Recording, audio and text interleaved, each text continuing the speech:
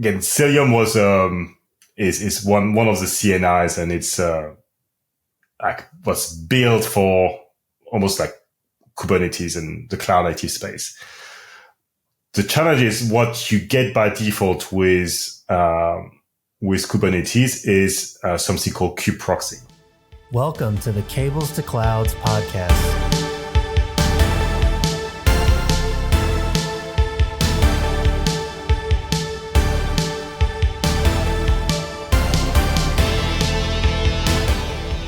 Cloud adoption is on the rise, and many network infrastructure professionals are being asked to adopt a hybrid approach. As individuals who have already started this journey, we would like to empower those professionals with the tools and the knowledge to bridge the gap. Hello, and welcome back to the Cables to Clouds podcast. I will be your host this week. I am at Bumps in the Wire on socials. Joining me as always are Chris and Tim at BJP Main. And at Juan Gomez. I almost forgot your handle there for a second, Tim. It's fine. Alex, I just realized you didn't even say your own name. He didn't say his name. Yeah. You're just assuming everyone knows who you are. You didn't even say your own name. Oh, wow. I'm Alex Perkins. So we got a new installment of our Cloud Demystified series this week. And this is going to be kind of more of a series than some of the past ones. We're still planning on doing a podcast episode and then kind of a live demo walkthrough. But the difference is this is definitely going to need more than one part because we're going to be talking about Kubernetes Networking 101. So this is something I think we've been talking about doing since we started the podcast. Pretty much, yeah. And we got a great guest that's gonna kind of guide us through, and he's right in the middle of all this, and definitely comes from a very strong networking background, and that is Nicolas Vibert. Why don't you go ahead and introduce yourself? Hi everyone, thanks for having me on. So I'm Nico. I'm a senior staff technical marketing engineer, very long title at Isovalent. I've been in the networking space for approaching close to 20 years now, which is quite scary, and deep into the world of cloud native and Kubernetes networking at Isovalent. Awesome. And you've been at a lot of different places, right? I mean, you've been at Cisco, you've been at VMware, now Isovalent, so you've been kind of all over all the trends and everything throughout the years as well, right? Yeah, I guess I've seen a fair bit of different trends across my career. I started more into networking, doing working for the Cisco channel VAR, doing network support. Then went on to design implementation. Did my CCNA, CCNP. Eventually did my CCIE. And went to work for Cisco and work more on like design and consultancy. And then I got excited by the prospect of network virtualization. So I went to work at VMware on NSX and then worked on network automation at HashiCorp. And now working on almost the next evolution of NSX and network virtualization, which is Cilium, which is what I'm really excited about. Yeah, see, I even forgot to mention HashiCorp. So yeah, you've definitely been all over the place. That's a lot awesome. of heavy hitters. Yeah. Yeah, big names in the industry. Yeah, I guess when I think about like networking, I think, what are the cool areas that you can go and explore?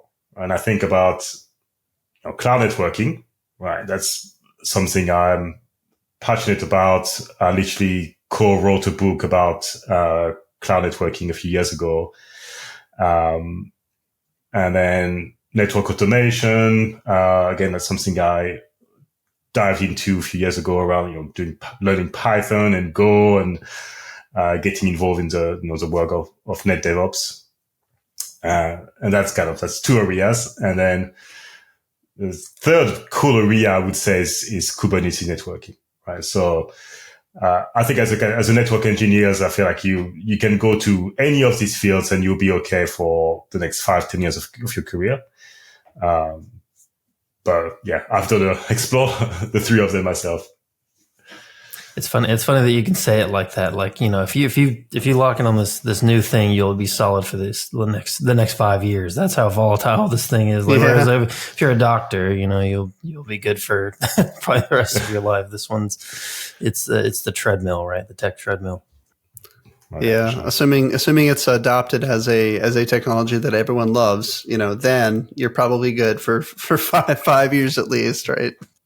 Yeah, and it's just sometimes you have to pivot a little bit just to extend your career, lifespan. Absolutely. Even though it makes you uncomfortable for sure. Yeah, I'm sure the token ring guys out there are all, were a little bitter for a while, but they're all right. Yeah, for sure. All right, so before we really dive into kind of the meat of the episode, let's discuss the elephant in the room, if you will. Cisco recently announced, it was like right around Christmas time, I think, that they were buying Isovalent. How do you see like, as far as industry impact, what do you guys think about this purchase and kind of what it means for, I guess, like Cisco moving forward and networking as a whole, right? Because Cisco, whether people like it or not, really guides like a lot of the networking industry, right? So a purchase like this is definitely something to pay attention to. And I'd love to hear you guys' thoughts about that particular acquisition. Yeah, I'm happy to share my thoughts. That's not the company thoughts, right? It's just my own kind of personal. Right, of course.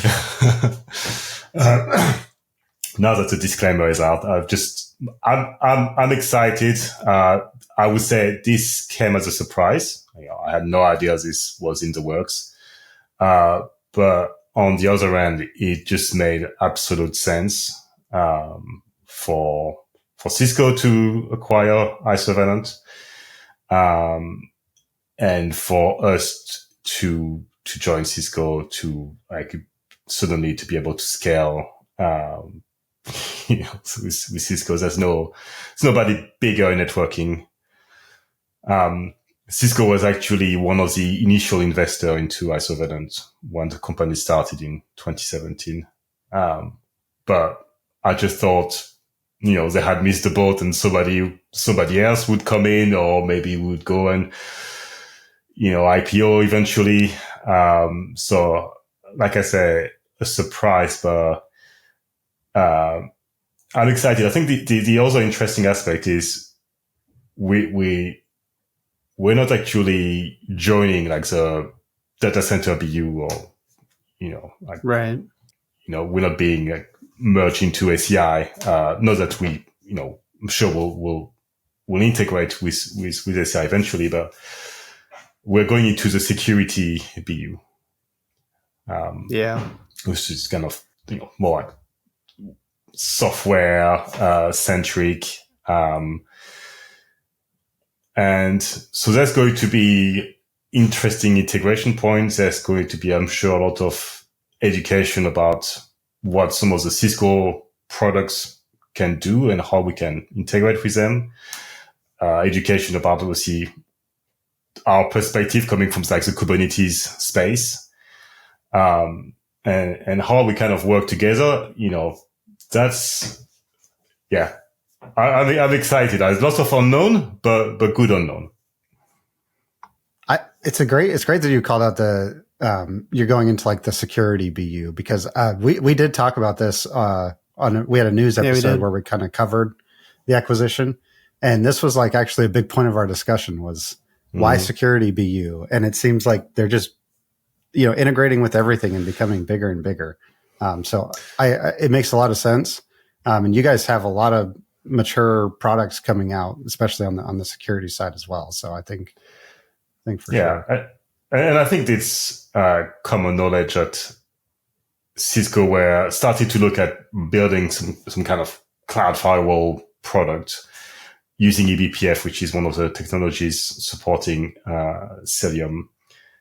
And they realized it would take them, 6, 12, 18 months to build something. So it was either, do it yourself or buy the company that with some of the founders behind the BPF.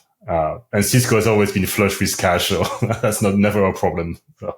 I don't know. After that $28 billion price tag they paid for Splunk, I was expecting them to take a little bit of a break. It's got to be a bit rewarding too on that front as well. That the work you guys have been doing is validated to a degree, right? Because obviously we are currently on a podcast that's about cloud networking. It's a very niche market, and not very big. So it's got to be, at least if you have eyes from Cisco to make that kind of acquisition. Obviously, this is a space that is going to drive business and needs to have innovation within the space as well. So I'd say it's a good thing for all of us in the long run, right? Yeah, no, for sure. It's from as far as I'm concerned, successful exit. Again, we'll see. We can talk again in a couple of years time just to see if it worked out. But yeah, I'm buzzing. Okay. Let's start breaking into the Kubernetes networking side of this. And I promise it will tie back into Isovalent and what you guys do, and it'll all make sense throughout the theme of the episode. All right. So let's start with breaking into learning K8s or Kubernetes, right? A lot of people shorthand it K8s. It seems very overwhelming and scary, right? A lot of network engineers don't even know where to begin. So I guess, why don't we start there? Like, what was your own personal journey like to start learning about it? And do you have any recommendations for that path? I think my journey started with fear. There you go. Most do.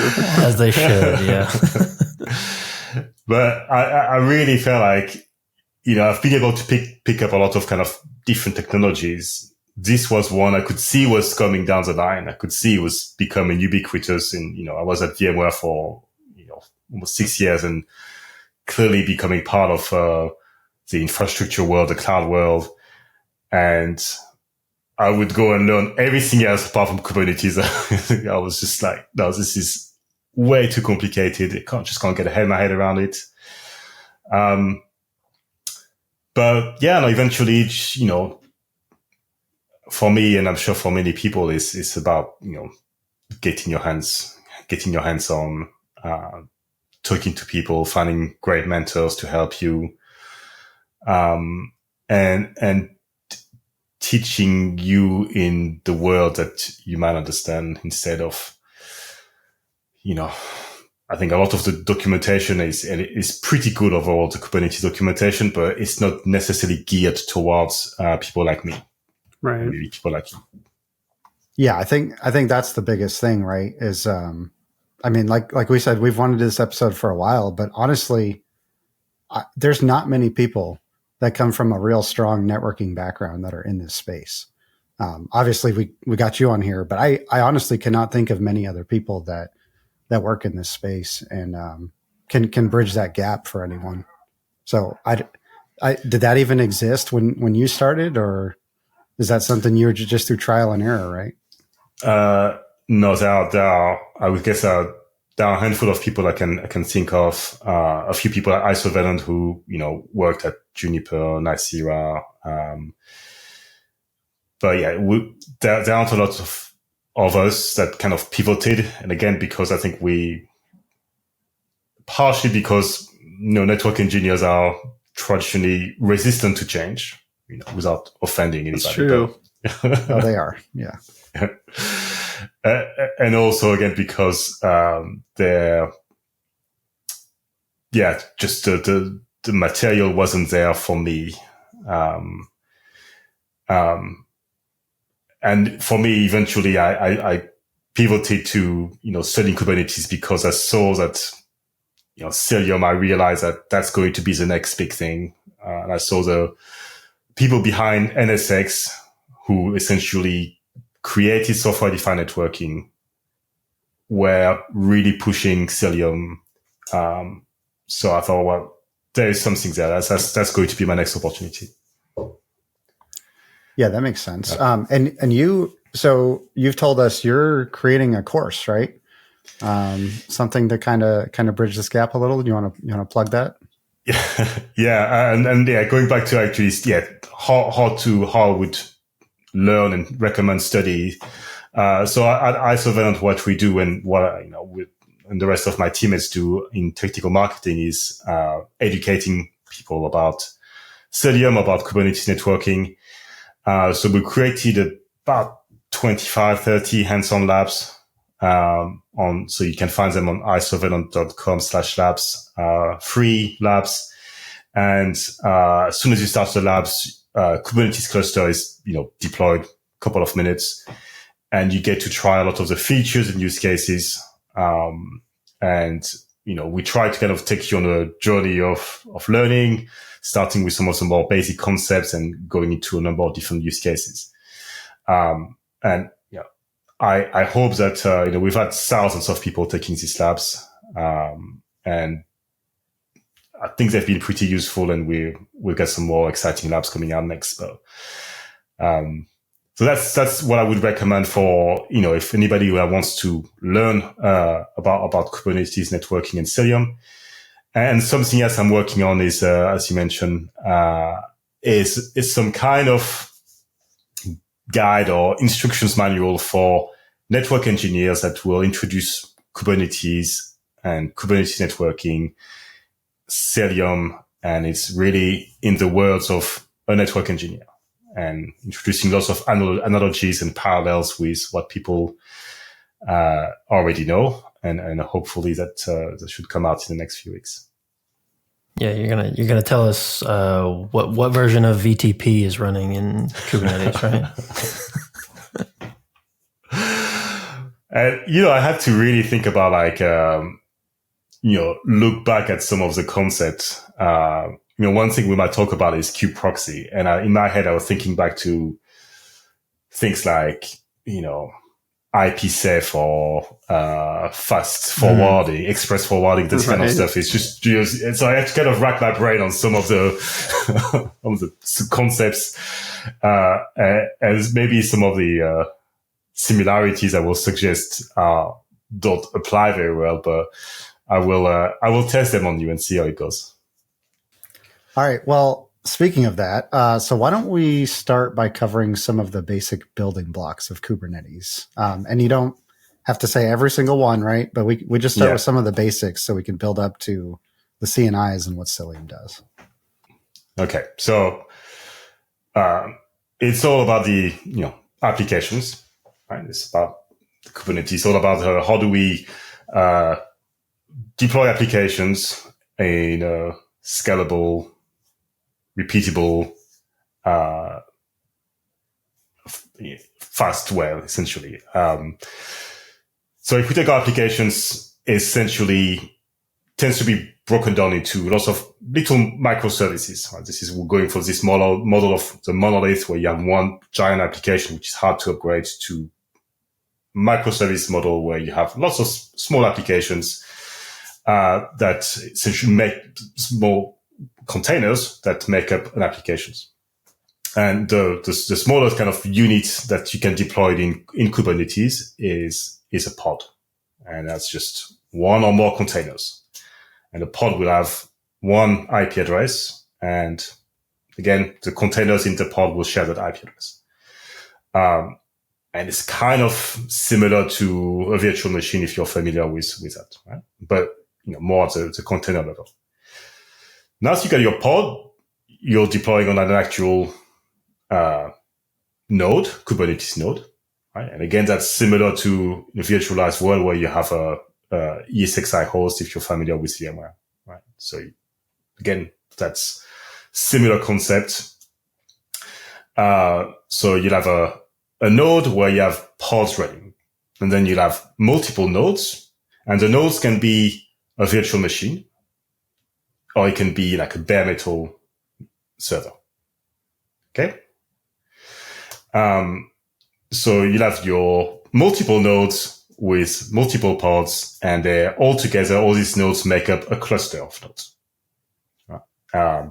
So again, that's the kind of the basic stuff. And then Kubernetes is responsible. One of the key aspects of Kubernetes is that it's a scheduler, and it will determine on which node a pod can run, which is to say, how much memory or CPU does this application require? And there is space left on this node. I will put that pod in there. So again, based on your requirements, it will automatically schedule your pods in a specific node. That's what Kubernetes is primarily known as a scheduler. So go. So yeah, real quick. Sorry. I was going to say, Tim and Chris, we can all just jump in whenever, right? Because I'm sure networking side, there's going to be plenty of questions. Yeah. So, and I'm not that great with Kubernetes, not yet. I just haven't needed to be, although I understand the concept pretty well. So then Kubernetes then is really just the orchestration engine for orchestrating and building and allocating resources and bringing up and tearing down these microservices.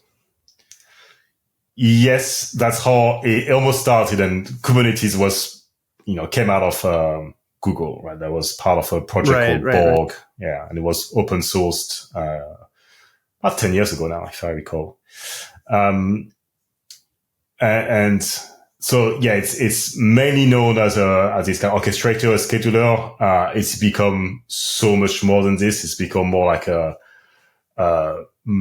extremely extensible distributed system. It can be used for lots of different things that have actually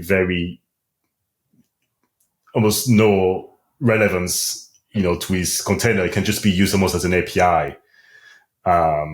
And which we can probably talk in a different episodes, but yes, just to begin with, that's an orchestrator. It decides where the pod should go, based on the specifications that the Kubernetes engineer or operator specifies. Yeah, and just the fact that you tied it, like an IP address is typically, tied directly with an individual pod, and those pods are very ephemeral and can live in different places. Obviously, that sounds like the networking can get very complex. So, do you want to kind of look at that and how that's typically done, how it was done in the way of old? Because I think the sentiment was originally when Kubernetes was put together, it was like there was just like a little line at the end. It was like, hey, somebody should figure out the networking for all this stuff later at some point. So yeah, let's touch on that. Yeah, and we'll talk about IP addresses in Kubernetes and how it essentially becomes like irrelevant.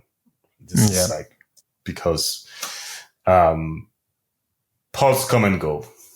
Right? They're just you might destroy a pod and you'll come back on a different node and have a different IP address.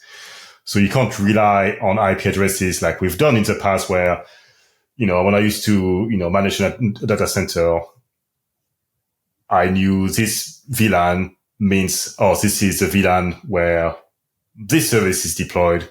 Right. And that's on this rack.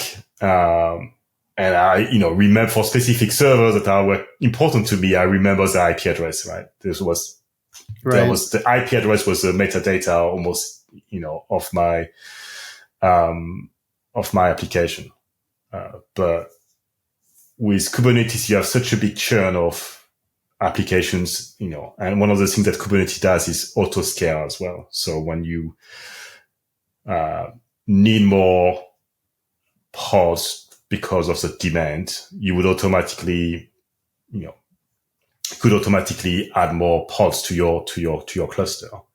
And therefore, again, pods come in, pick up on IP addresses, and you just don't know which IP addresses they're going to pick. There's no predictability here. So yeah, IP addresses are irrelevant. And we'll talk about this because that's quite important as well when you start thinking about security and observability. Yeah, as well. And real quick, so in default setup, right, because pods just spin up at will and everything, there's like default behavior where all IPs need to be able to talk to everything, right? Is that within a cluster or within a node? Within the cluster. So that's the fundamental Kubernetes networking principle, is that all pods should be able to communicate with any other pods without the use of NAT. Okay, that's simple, right? That sounds really easy for in an ephemeral setup. Yeah, that sounds very simple. So that's really the kind of the principle with there should be. That's how things should be done, right? So what defines a lot of the networking in Kubernetes is something called a CNI. And CNI represents a couple of different things. CNI is essentially it stands for Container Network Interface. And it's, and again, I'm trying to explain it in simpler terms here, but essentially it's a way to define the networking standards in Kubernetes. And a network plugin that implements these standards is also referred to as a CNI. So I guess the formal description of CNI is actually the standards. And you think about it almost as if it was the IETF RFC standards, that for the networking world. It's a similar concept for what the CNI represents, right? A set of standards. And then, but we more when we talk about CNIs, we talk about the implementations of said standards. So is the CNI then a piece of, like a microservice or a piece of software that actually enforces or implements that networking standard? Yeah, essentially. Yeah, that's, and it can, for Cilium, for example, so Cilium is one of the most popular CNIs, and it comes with an agent that it will go and configure the nodes with all the networking logic, and it comes with some kind of operators that does more cluster-wide actions, that's more of some kind of control plane.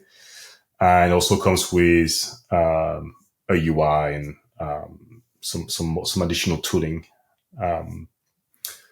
But yeah, so I guess if you think about the CNI, it's almost like when you do some kind of vendor selection for your data center. So you might be looking at Arista and Cisco, Juniper, whatever. You have to do the same for Kubernetes, where you have to go and select your CNI, because that's going to be one of the most critical decisions you make in your cluster or in your environment. I was going to say one thing that always confused me about this was, like, when I heard the term CNI, like, I think a single network interface. Like, I thought there was one big network interface that everything was processed through, but it's more of a distributed thing. Like you said, I think the idea of like a distributed control plane out to the entire cluster is probably a better way to look at it, right? Defining policy and rule sets, things like that. Is that a better way to look at it than what I was previously looking at? Yeah, and it's that's a good point. Cilium, just like Kubernetes, is a highly distributed platform with a lot of I guess the aspects of Cilium is defined in the Cilium configuration, but also a lot of the configuration is pushed to the Kubernetes server. As I said before, Kubernetes is like massively extensible as an API, right? So what you tend to do is you send your desire configuration to the Kubernetes API server, which is part of the Kubernetes control plane. And the Kubernetes will take your desired intent, and your intent might be, I want X amount of pods, or I want all these containers. And Kubernetes will go and take care of these and deploy them for you. And we have this in, intent-based networking, where you have your maybe network source of truth, where you define your network and then you push it, and then you expect the network to automatically do that for you. And that's the same in Kubernetes. You send your intent, which you typically do in a YAML file with all your desired pods, desired networking configuration, Cilium configuration, BGP configuration. You send it to the Kubernetes API server, which is almost like a database, if you like. And then Cilium will go and implement this for you. So I hope that helps with clarification. So that's kind of like the Terraform model, right? Where you're kind of declaring, I forget, what's the word I'm looking for? I just completely lost the word. Where you're kind of declaring the end state, right? And you're just kind of, here's my end state, feed into the system, and then, what comes out should match that end state, basically. Yeah. So the process of like reconciliation that happens to ensure that what exists, what has been deployed, matches the intent of the user. So it's very similar to Terraform in many ways. Yeah. What always really screws with my head with Kubernetes is, as a network engineer, and especially as an old network engineer now, I think a lot in the physical layer. Even though I work in the cloud networking space now, I think of it more like a physical layer, if you will. So that's the part where it always messes me up, right? I'm thinking, here we have racks of compute with like top of switch racks or whatever. And whether or not it's abstracted from us is relevant, right? And in the data center, that's what it is. In the cloud, that's really what it is. But really, you just see the API version of that, right? The front end.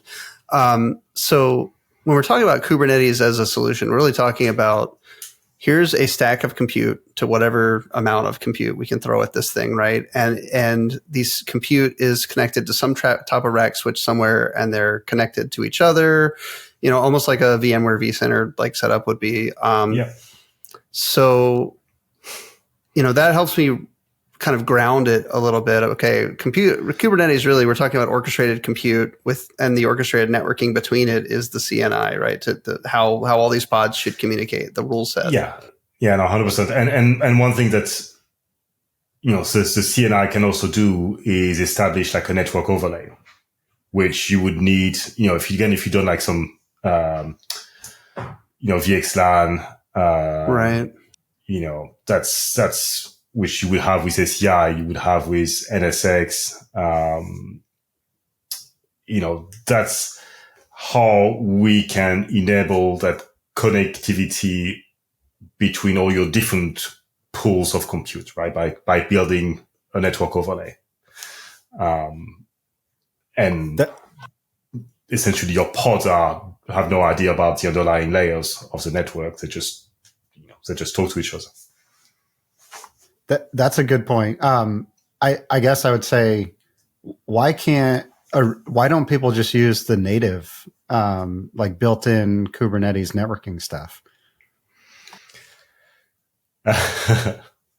So I'm setting you up for here, right? Yeah. There are, I guess, a few different models, and again, Cilium is one of the CNIs, and it's was built for almost like Kubernetes and the cloud native space. The challenge is what you get by default with Kubernetes is something called kubeproxy. And kubeproxy what it will do is configure some of the load balancing and some of the NATing required when you do load balancing, and something we can talk about later is actual load balancing within the cluster. But kubeproxy is essentially based on technology which is 25 years old, which is IP tables. Oh, wow. Okay. Yeah. And IP tables wasn't designed for an environment where, as I mentioned, there is a massive churn of IPs. Ephemeral, right? An ephemeral environment. Yeah, I totally get it. And so every time, the problem with something like kubeproxy and IP tables is you tend to have like this rules, in your IP tables configuration, and you could have like hundreds of rules, and you almost have to process the rules in a serialized manner. So you might need a packet to go through a list of, thousands of rules before it can, hit a match. Yep. Which at scale, especially, can add like massive latency to, your environment. Again, it's just simply because we are kubeproxy, again, which is kind of the default networking tool within Kubernetes, was based on the technology which is outdated. And not only that, but updating all those IP tables all the time. Every time there's worker nodes pulling up. Oh my God. Yeah. I can already see the network. I can already see the nightmare without even knowing the solution. That's crazy. Yeah. So, that's often a reason why, engineers will start looking at, like proper CNI, if you like. The CNI is responsible for a lot of things. Like you can't, for example, by default, if you want to do, say, IPv6, if you want to do network security, you need a CNI that can support and implement this. You can't it doesn't just come out of the box. Yeah, security with IP tables would be a nightmare with constantly, just the way that everything, like you said, you have to serially read through everything and try to apply to security to that while everything's spinning up and down. Just sounds like a nightmare. Yeah, I guess what is the counter argument? Because I've just never really expanded upon this. A lot of application owners, at least for the ones that I interact with, typically in the cloud space, are why do we need added security on top of this? Everything's TLS encrypted. Where within Kubernetes, everything's using, mutual TLS, right? So even if things can't communicate, it's all encrypted, right? So what is the counter argument to why you need to inject network security into Kubernetes specifically? Well, so first, mutual TLS only happens if you've put the right tools in place, right? So that's, which, one option could be, if you want to do mutual authentication, right, you might implement it in your app itself, but that would be a nightmare to manage, and you don't want your app developers to be able to handle this. So you need to kind of offload that function to something else. And that's typically done with a service mesh or a CNI. And it's just a principle of network security. Adding the network security policies is something that is required because it's, for regulation, compliance, compliance. Stuff, you have to adopt some least privilege / zero trust model. And again, by default, Kubernetes is like, yeah, great. You can all talk to each other. I'm not going to put any kind of restrictions, have fun.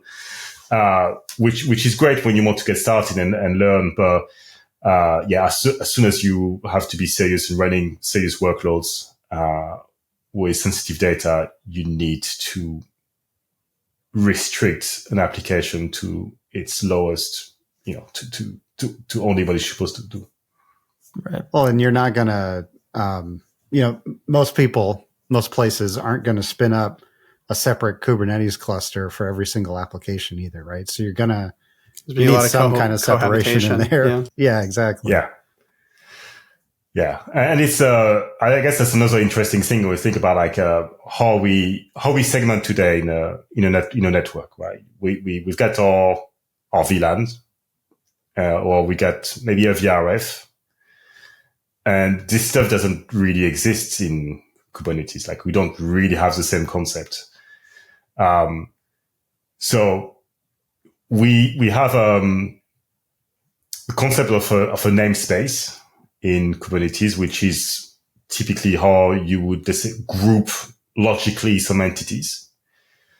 You might have an app in a namespace. You might have like a tenant in a namespace. And that's the most kind of similar concept to a VLAN to some extent, when you think of a VLAN as a logical group of, network entities. That makes sense. So, real quick, just I know it's not on the thing, but now you got me asking. So we see the problem with basic kube proxy, right? So how does, without going too far down the well, how does CNI like Cilium solve that problem, that challenge?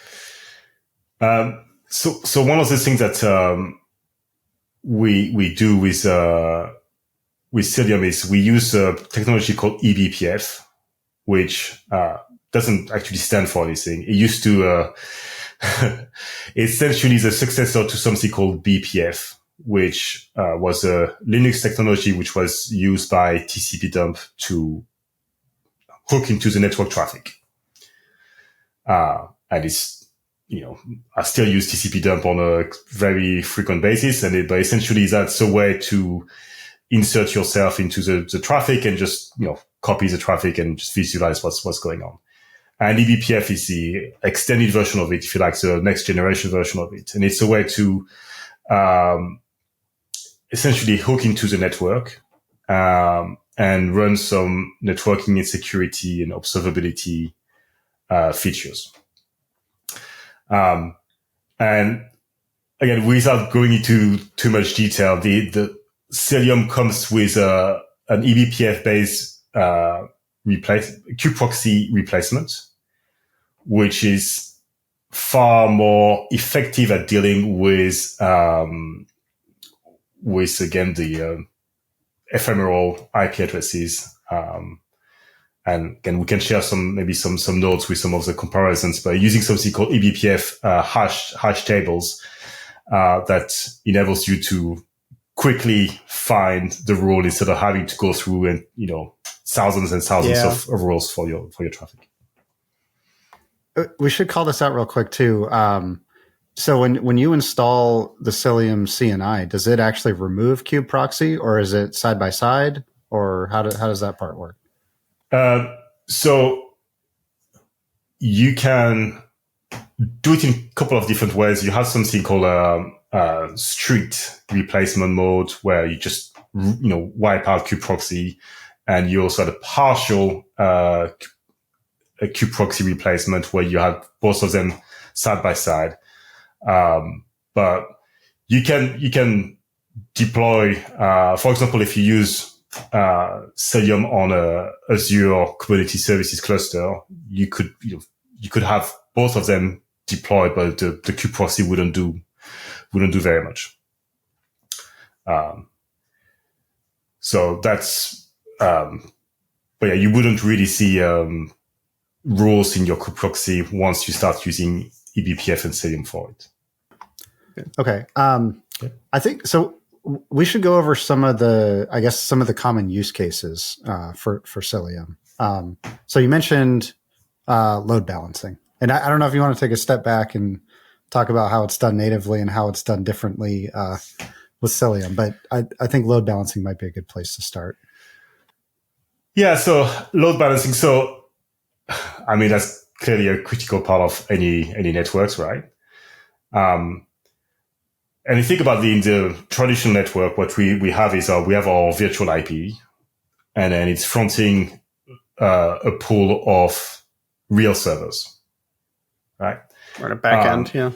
Yeah, backends. And then, but in your virtual IP, you have to essentially write the IP addresses of the backends of the real servers, right?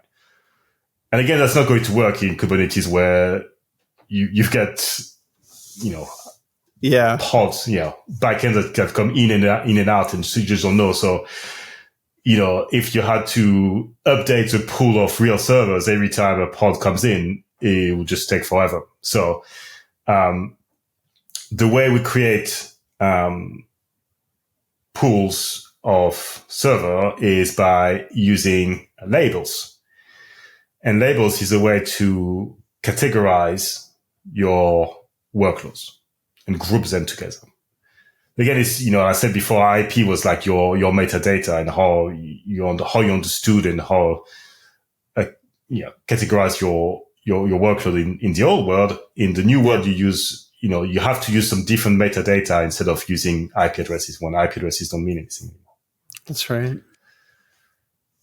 So when we talk about load balancing, in that case, it's purely from an ingress perspective then, right? Something coming in. It's not necessarily load balancing between the system itself. It's all about ingress. Is that right? It's both.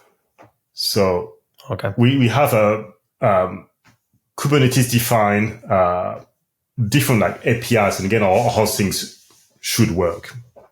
And you have different. They're called services. Right? The services is how you define it. Again, the load balancing model. And you have something called cluster IP, which is just used for internal load balancing, right? Within the cluster. So for a pod to access a set of pods within the said cluster, that will be called a cluster IP. And that's just for internal use. But again, here, what you have to do is when you create your pool of backends, instead of saying, load balance the traffic between IP A, IP B, IP C, you have to say load balance the traffic between all the pods with a specific label. And label is clearly just a way to assign some metadata to any objects in your cluster. And, maybe the metadata, the label could be, this is production, production workload or production HR or test sales. So it's just a way to, assign some meaningful data. Yeah. Right. Exactly. Yeah. So real quick, because this is where I always get lost as a network engineer. So I've got a packet coming from some microservice destined to some other microservice, right? And the ingress for that microservice that I'm trying to reach is a virtual IP, a front end IP that's orchestrated by the CNI. And the back end of that is a bunch of labels. Who's tracking, like, what is the ephemeral? Because like you said, IPs don't mean anything because we reuse them, we toss them, we get rid of them. But in the moment when a packet is coming in, how does Kubernetes know that, or not know, but how does Kubernetes actually send the packet on to the backend service? I mean, you can't send it with just a label as the address to send it to, right? Like, how does that piece work? It would be also depends on which CNI you're using. Right. So let's assume Cilium in this case. Yeah. So Cilium would just be using the eBPF maps to essentially route the traffic to the right place.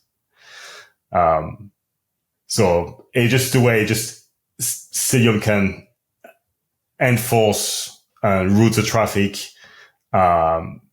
using the eBPF based process to essentially push the traffic in the right direction. And is eBPF tracking then like we said, the back end will be any pod that has this label, right? So is oh my God, I can't talk. eBPF then has a label to pod IP mapping or something that's going on there? So Cilium has and something that I should have explained earlier, but we have this concept of endpoints and identity. So an endpoint is something that, let's say for a container with, an IP address, it will be referred to as an endpoint. And every endpoint will have, an identity. So again, this is a way to map, because IP addresses are irrelevant, we can't, just rely on this. So we have to use labels to determine the identity of an endpoint. And that's how we can enforce security. Yeah. So I see that, and again, this will be my last, I won't belabor the point any longer, but like, to me, I get completely why IP addresses don't matter, right? We can't build a policy. We can't build a rule set. We can't build any meaningful thing based on an IP address. But when it's time to actually route the packet and get it where it needs to go, I assume there's still a destination IP in the packet header somewhere. Yes, yeah, which is again tracked by Cilium. Got it. Yeah. That's the piece that always gets me. Yeah. That makes sense. So is there any like integration? Like, does the Kubernetes database, the etcd database, right? Does it keep track of any of this stuff too? Is there like some talking between eBPF, like calling on the Kubernetes API to get some of this information? Is that some of the intelligence that's built into this process? Yeah, so Cilium would like frequently just pull the Kubernetes API server for this kind of information, just to keep track of where everything is and keep it all updated. Okay, that makes sense. Well, and as new pods get spun up or spun down, right? Yeah. Like it's got to, exactly. So that's some of the reconciliation that would happen between there. Yeah. One thing that I struggle to understand sometimes is thinking about Kubernetes is obviously a very ephemeral environment, right? There's things changing all the time. And the observability piece sounds like it would be a nightmare because every network issue that ever gets reported, it's always going to be, is it always like a specific snapshot of time? And how is there something within Cilium that you can look at to know like, oh, this user reported this issue at 12:36 p.m. Are you having to correlate a lot of that, or how does a network professional interact with that system? Yeah, and that's I guess part of what Cilium can do. Again, with eBPF, the way we do it is kind of we hook into the Linux networking stack, and sometimes it's a way to compare it with its service insertion. If you know what I mean. Yeah, right. Whether it's in the cloud or bump in the wire. Yeah. And it's a way to, eBPF lets you do it in the Linux kernel. So at a high performance within the Linux kernel, not in user space. Right. But you can do it safely without causing, problems, which is, that's usually the concern. You don't want to run things in the kernel because you don't want to break anything. So it just lets us observe all the traffic that is kind of entering the host and also the pods. And we can use this with Cilium to essentially observe all the traffic coming in and out of the pods. And it's similar in a way to something like NetFlow or SFlow, where you can essentially see all the flow from A to B, you port destination protocol, which you can then export if you wanted to for like forensics purposes. Like you said, you want to look back at when something happened. What's cool about this is it's also aware of the Kubernetes context, which is because again, if I tell you that IP address 10.1.1 was the source of your problem, 2 hours later, that source will be allocated to somebody else. And, So we can correlate, again, because Cilium is tracking all of this, right? We can correlate to say this flow was from that pod on that node in that namespace in that cluster. And it was that send that traffic to that other pod, for example, or to that service. So, but observability is like, when you have so many layers of abstractions, which you have in, Kubernetes and stuff, you need some strong observability. Otherwise, it's a nightmare to manage. Right. In the best case, it still seems like it'd be a nightmare to do any kind of observability correlation. And you need a data center in a mountain in Utah to store all the insights. Yeah, and feel free to show the products here, but I think your suite is called Hubble, right? Is that the Cilium? So it's, you guys have a lot of stuff built around the observability piece where it's like a whole product suite that can do all this stuff too. Yeah, and maybe I should also clarify this. The Cilium project itself, it's an open source project. Has been donated to the Cloud Native Computing Foundation a couple of years ago. So it's not even like, it's not ours as in Isovalent's project anymore. It was created by Isovalent, but it's been donated, and it's so it's a free open source Cilium, and it comes with tools like Hubble that lets you do the observability. So that's this kind of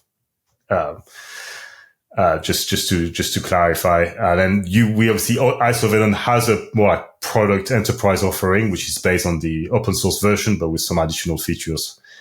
But yeah, just to make sure people are. One last question. Can you do a packet capture? Can we TCP dump from a Kubernetes to a worker node, or like from a worker node or something? So you can actually, you can't do it necessarily natively with Cilium like today. When you can, well, often do it, and you can see it in the labs that we've been running. As I mentioned, we have something called the Cilium agent that can build all the VXLAN tunnels, and it's also where we're running BGP, for example, right? From the Cilium agent that will build a BGP session with your top of rack device. Oh, all right. So in the labs that we've got, when I want to show things like that Cilium supports graceful restart or eBGP multi-hop, I will do a TCP dump on the Cilium agent, capture that traffic, and then go and show the user how to do that. Nice. So, okay. I hate to wrap this up, just because there's still a lot more. Like I said in the beginning, I think we're definitely so much more meat on the bone. Yeah, we're definitely going to need multiple parts to this. We still got to. I want to talk about BGP and security stuff. So, real quick, Chris, Tim, you guys have any last questions before we let Nico wrap up? Not a question. What you just said is accurate, right? Like literally all we've been talking about is like CNI, like inter-cluster or intra-cluster at this point. There is so much more to talk about when we start talking about Kubernetes talking to the outside world or getting traffic from the outside world. Even an ingress pattern, we could probably spend a whole hour or more on, right? So I'm looking forward to the demo stuff. Really, really looking forward to sharing that with everybody. I think for network engineers, it's really about being able to tie Kubernetes. So I can't wait to read what you're putting out, by the way, to tie Kubernetes to networking and just make it real, right? Just make it real so something you can grasp. Yeah, ditto. Not much more to add there. I think we're really going to get some value out of seeing a demonstration of it. But I mean, this has been great, kind of going through the building blocks, because I don't think I've ever seen it laid out exactly like this. I know Nico puts out a lot of content around this kind of stuff, which is really great, and I recommend it to anyone. So, excited for more. We'll have you back for sure. Awesome. Well, thanks for having me, and look out for more content coming out from us on isovalent.com. And again, thanks for having me on.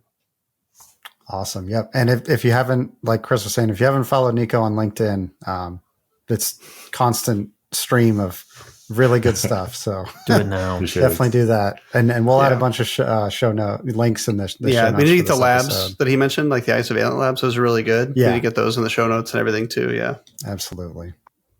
And also for this episode, I really want to call out, like, if anyone listening has any specific questions or things that they think we should cover in future parts, please, leave a message on LinkedIn, on X, Twitter, send us an email, right? All the above.